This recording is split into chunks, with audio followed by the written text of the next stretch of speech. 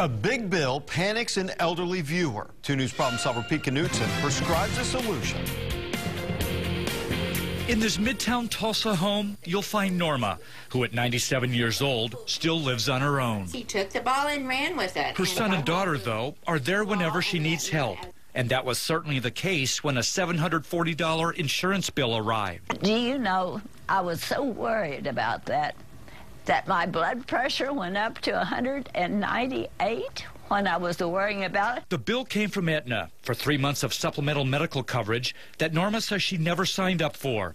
She remembers getting notices from Aetna last November and December offering the coverage, but she never returned any paperwork since she's been covered by Medicare and Medicaid for years.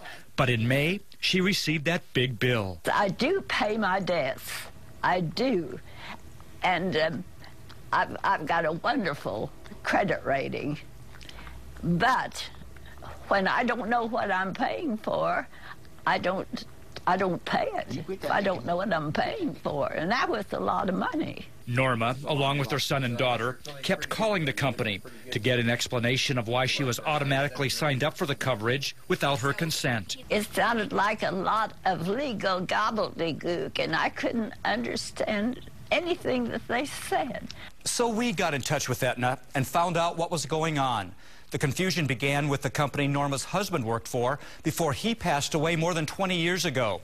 That former employer changed its retiree health benefits, and Norma was on the list of those eligible for its new Medicare Advantage plan.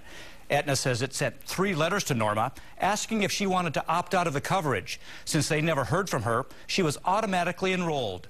But the situation's been corrected. That $740 bill erased. And I am very thankful to Channel 2 for doing that. I really am. And now, that motherly pat on the hand says it all.